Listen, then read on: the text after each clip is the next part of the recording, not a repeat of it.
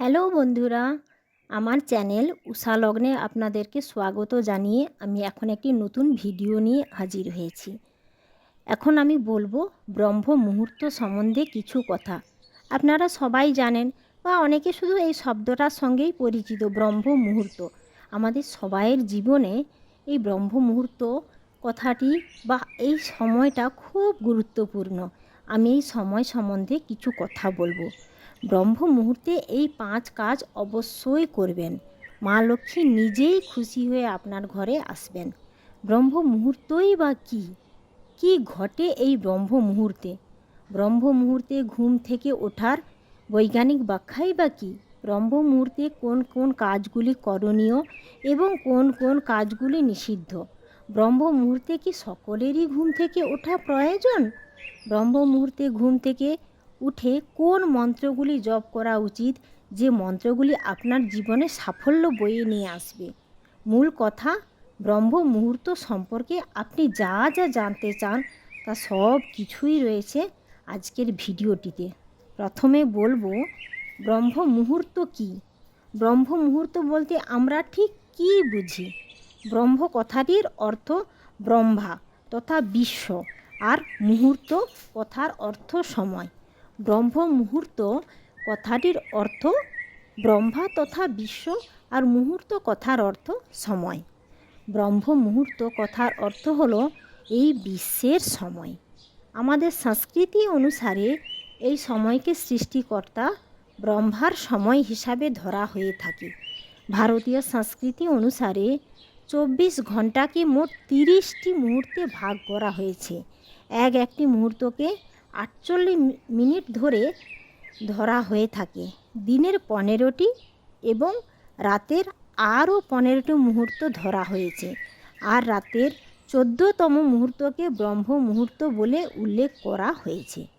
প্রসঙ্গত, সূর্য উদয়ের আগে দুটি গুরুত্বপূর্ণ মুহূর্ত থাকে। এই দুটি মুহূর্তের প্রথম মুহূর্তকে ব্রহ্ম মুহূর্ত বলা হয়। ব্রহ্ম মুহূর্তের সময়কাল 48 মিনিট, অর্থাৎ প্রতিদিন সূর্য উদয়ের ঠিক 1 ঘন্টা 36 মিনিট আগে এই মুহূর্ত শুরু হয়ে যায়। সূর্য উদয়ের 48 মিনিট আগে সেটি সমাপ্ত হয়ে যায়। তবে বিভিন্ন ভৌগোলিক অঞ্চল অনুসারে এই মুহূর্ত এক এক জায়গায় এক এক রকম হতে পারে। আবার বিভিন্ন ঋতু অনুসারেও এই মুহূর্তর সময় হতে পারে। এই মুহূর্তে ঘুম থেকে ওঠার ফলে আমরা কি কি উপকার পেতে পারি? এই মুহূর্তের সঙ্গে প্রকৃতির একটি গভীর আত্মিক সম্পর্ক রয়েছে। এই সময়ে গোটা প্রকৃতি জেগে ওঠে। এই সময়ে পশু পাখির কলরব শোনা যায়, সরোবরে পদ্ম ফুটে। এইভাবে প্রকৃতি যেন মানুষের কাছে বার্তা পাঠায় ঘুম থেকে উঠে দৈনন্দিন কাজকর্ম করার জন্যে। এই মুহূর্তের সময় করা কাজ যেমন ধ্যান, মন্ত্র জপ, ঈশ্বরের প্রার্থনা সহ বিভিন্ন আধ্যাত্মিক কাজকর্ম করা সব থেকে সেরা। এই মুহূর্ত অন্যান্য সময়ের চেয়ে বেশি কার্যকরী হয়ে থাকে। এর ফলে আমাদের মস্তিষ্কে পরিবর্তনের সঙ্গে সঙ্গে ভাগ্যেরও পরিবর্তন হয়ে থাকে। এই সময়ে ঘুম থেকে উঠলে মনে এক অদ্ভুত আনন্দের উদ্রেক হয়। এইভাবে কয়েকদিন ভোরবেলা ঘুম থেকে উঠলে দেখবেন সেটি আপনার অভ্যাসে পরিণত হয়ে যায়। তখন আর আপনাকে অ্যালার্ম দিয়ে ঘুম ভাঙাতে হবে না। ব্রহ্ম মুহূর্ত শারীরিক ও মানসিক ও আধ্যাত্মিক সহ বিভিন্ন দিক থেকেই খুবই গুরুত্বপূর্ণ। আয়ুর্বেদিক শাস্ত্র অনুসারে ব্রহ্ম মুহূর্তে ঘুম থেকে উঠলে চিন্তা, অনিদ্রা, হতাশা সহ নানান মানসিক রোগ থেকে মুক্তি পাওয়া যায়। বেদে এই ব্রহ্ম মুহূর্তকে খুবই গুরুত্বপূর্ণ বলে উল্লেখ করা হয়েছে। সেখানে বলা হয়েছে, এই মুহূর্তে ঘুম থেকে ওঠার ফলে বিদ্যা, বুদ্ধি, বল লাভ হয়। যে কোনো কাজই এই সময় শুরু করলে খুবই ফলদায়ক হয়। এই সময় অমৃত তুল্য বাতাস স্বাস্থ্য এবং বুদ্ধি দুটোই বৃদ্ধি করতে সাহায্য করে। এই সময় হাত মুখ ধুয়ে আধ ঘন্টা প্রাণায়াম করলে মস্তিষ্কের কার্যক্ষমতা বৃদ্ধি পায়। হিন্দু শাস্ত্রে কথিত আছে, এই সময় ধ্যান, পূজা অর্চনা করে সূর্যকে অতিথি হিসাবে গণ্য করে তাকে সাদরে আহ্বান জানাবেন।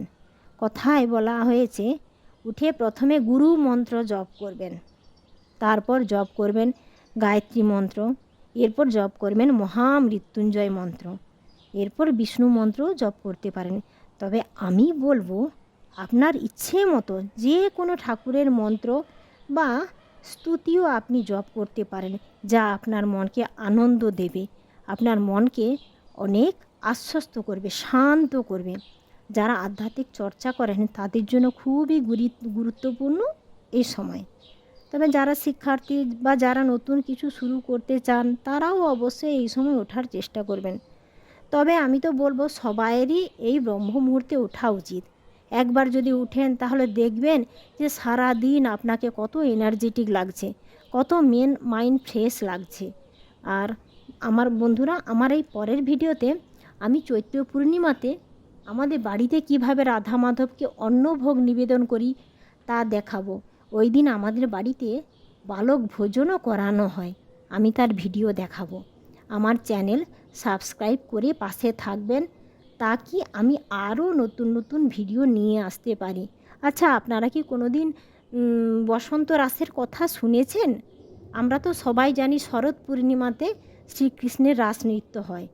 একমাত্র রাস পূর্ণিমাতেই আমরা সেই রাসের কথা শুনে থাকি। আমি আপনাদেরকে আমার পরের ভিডিওতে আরও একটি নতুন তথ্য নিয়ে আসবো আপনাদের কাছে। সেটা হলো বলরামের বসন্ত রাস। এই বসন্তকালেও একটা রাস হয়েছিল, সেটা আপনাদের অজানা। সেটা সম্বন্ধে আমার পরের ভিডিওতে বলবো। আজকে বাস এইটুকু। টাটা।